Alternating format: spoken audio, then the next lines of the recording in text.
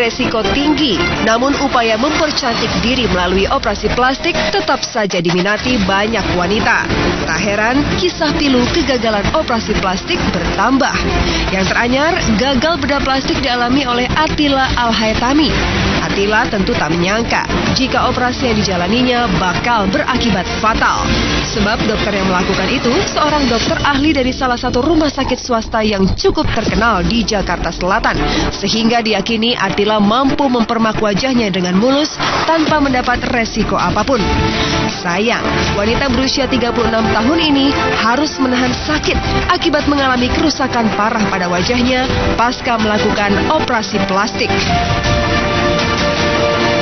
Sudah saya tanyakan resikonya seperti apa dan penyembuhannya berapa lama. Terus selama saya dirawat setelah operasi itu berapa lama? Saya bilang kan seperti itu. Dia bilang terkesan nyaris tanpa resiko, ya kan, nyaris tanpa resiko. Terus dia bilang penyembuhannya itu 1 sampai 2 hari juga bisa pulang dari rumah sakit, gitu kan.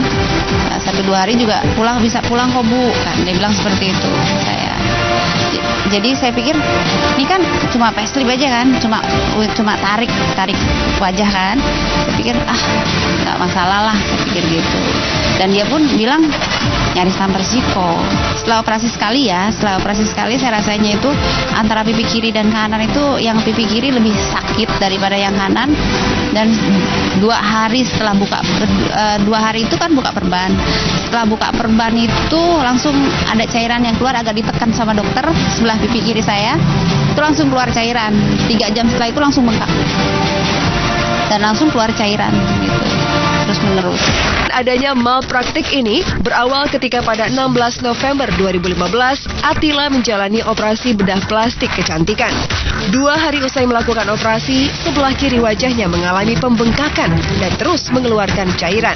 Tak hanya itu, cedera parah pada wajah yang dialami kabarnya lantaran pembuluh darah dan syaraf yang diduga salah iris. Bukan hanya mata yang sudah tak simetris lagi, bibir dan lidah juga mengalami gangguan. Saya tuh kering dan sekarang agak kaku-kaku, bicara juga agak yang agak susah-susah itu saya nggak bisa. Keluh karena lidahnya rasanya kaku. Besar rumah sakit dan biaya mahal nyatanya tak menjamin kegiatan bedah kecantikan berjalan mulus tanpa resiko non fatal. Lantas di mana sebenarnya titik vital kesalahan dokter yang menangani Atila sehingga merusak wajah sang pasien demikian mengerikan? Seperti apa sebenarnya langkah dan treatment baku dan benar dalam melakukan oplas? Dokter yang bagaimanakah yang bisa melakukan oplas? Apakah setiap dokter kecantikan bisa melakukan oplas? Ya, sudah melapor ke Polres, ya kan, Jakarta Selatan. Saya pengen wajah saya kembali, ya kan. Terus saya pengen juga dia janjikannya lebih bagus kan wajah saya, ya kan. Nah, kembalikan wajah saya yang dulunya nggak begini kan. Saat ini kita mulai untuk diminta keterangan dari pihak pelapor, yaitu Bu Atila ya. Kami sangat yakin kalau polisi sekarang bekerja secara profesional untuk mengungkap suatu perkara ini. Semua tindakan ya apabila dikerjakan dengan dokter yang memang pada bidangnya. Jadi ini yang mungkin harus hati-hati karena banyak sekarang yang mengerjakan prosedur bedah plastik atau prosedur estetik, namun backgroundnya bukan dokter bedah plastik gitu. Di tangan dokter bedah plastik aja variasi hasilnya itu sangat luas gitu ya. Apalagi yang mengerjakan bukan dokter bedah plastik. Hati-hati gitu. Mereka menulisnya praktik bedah plastik atau melakukan bedah plastik, tapi sebenarnya backgroundnya bukan dokter bedah plastik. Ada bukan dokter malah. Selalu ada inform concern bahwa pasien sudah paham tentang apa yang akan dilakukan, manfaat dan resikonya. Itu penting sekali menandatangani inform concern. Jadi keterangan dari pasien, dari dokter sudah dimengerti oleh pasien, dia akan tanda tangan. Dan pada masa penyembuhan itu kita bisa bengkak. Kita nggak akan langsung nih misalnya operasi hidung dibikin cantik, nggak akan hari ini dioperasi besok udah mancung tenang semua, enggak. kita harus melewati proses bengkak dulu, terus mungkin ada biru-biru dikit, itu harus dilewati. Ya kalau nggak mau begitu ya jangan operasi gitu. Saya lihat juga dia sudah dokter. Rumah sakit Medistra itu kan rumah sakit, saya pikir rumah sakit bagus lah, swasta bagus ya Mbak ya kan. Tapi nyatanya ya seperti ini. Apa kata sejumlah selebritis tentang kegagalan bedah plastik yang dialami oleh Attila?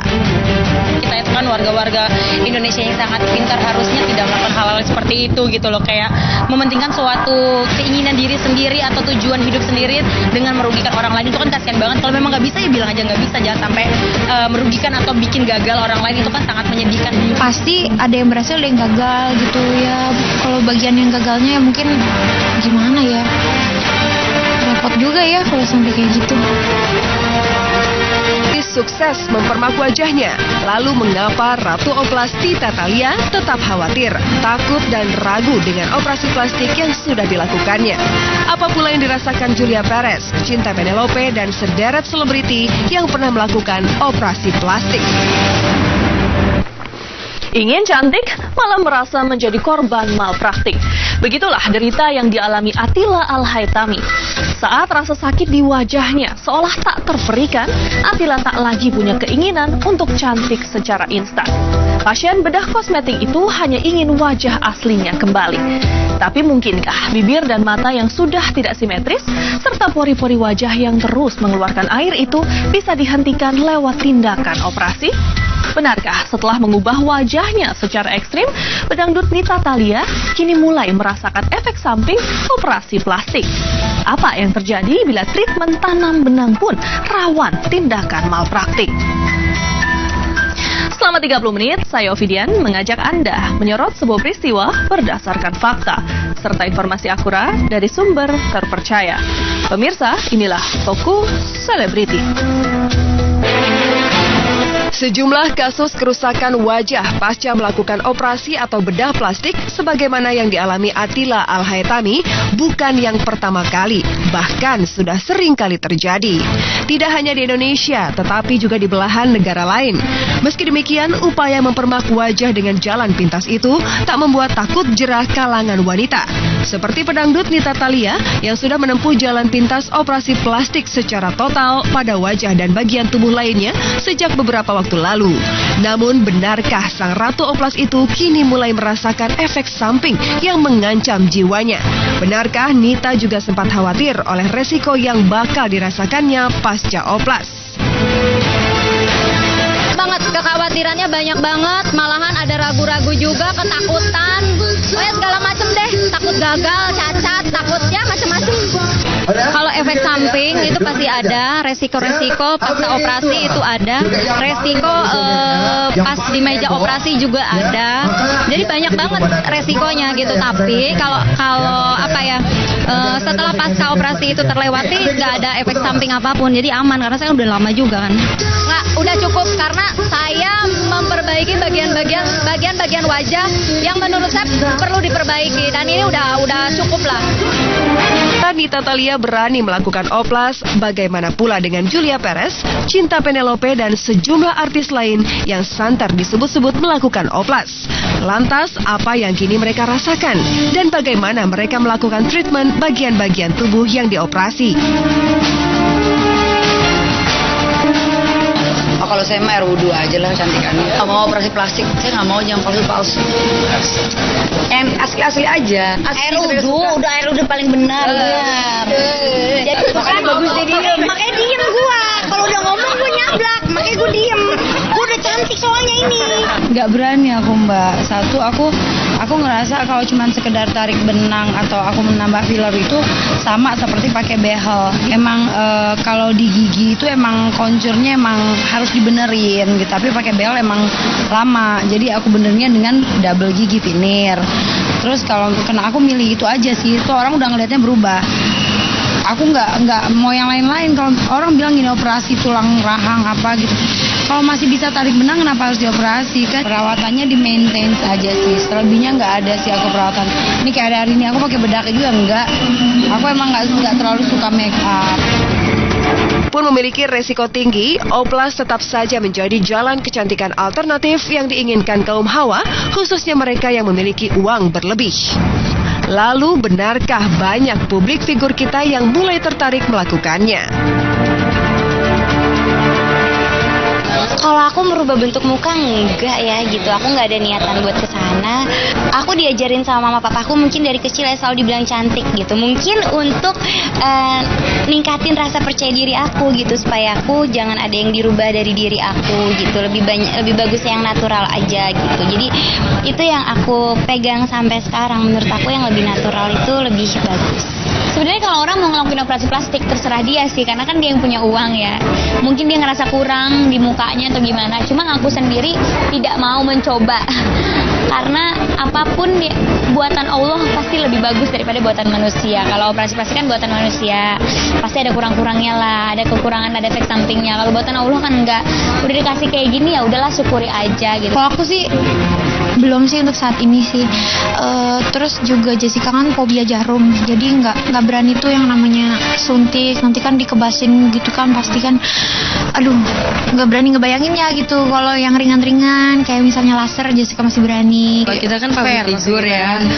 Bagaimanapun kita kan udah artis, harus dilihat sama banyak orang. Paling nggak kita ngerapi-rapiin dikit aja sih. Cuman nggak yang berlebihan harus operasi dirubah gitu, enggak harus dirubah total. Penting sih ya, kayak gitu ya. Kayak pipi tembem, kayak diapain, kayak mau ditirusin kan nggak mesti dioperasi juga. Gitu. Paling tidak dengan alat kan bisa, nggak harus operasi bedah-bedah gitu, enggak sih. Kemajuan teknologi, banyak jalan yang bisa ditempuh orang agar bisa memiliki wajah sesuai idaman. Setidaknya Ivan Gunawan lebih memilih tanam benang ketimbang melakukan oplas guna meraih wajah rupawan. Ya pemirsa, pagi hari ini saya mau ngajak pemirsa untuk menemani saya karena hari ini saya mau melakukan perawatan wajah saya. Jadi perawatan yang akan saya pakai hari ini adalah tarik benang atau thread lift. Jadi karena memang saya kalau di kamera kan terlihat lebih gemuk dari aslinya gitu kan. Jadi saya ingin melakukan sesuatu yang bisa membuat saya lebih kurus di kamera. Ya mudah-mudahan bisa kurus ya, kalau enggak ya nasib gue deh udah. Yuk masuk yuk. Mukanya pertama dibersihin dulu. Kalau udah syuting sampai malam itu saya suka males bersihin muka. Jadi si Mbak tahu nih. Jadi muka saya mau dibersihin terlebih dahulu. Prosesnya ya, ini kita suntik anti biar kebalnya dulu.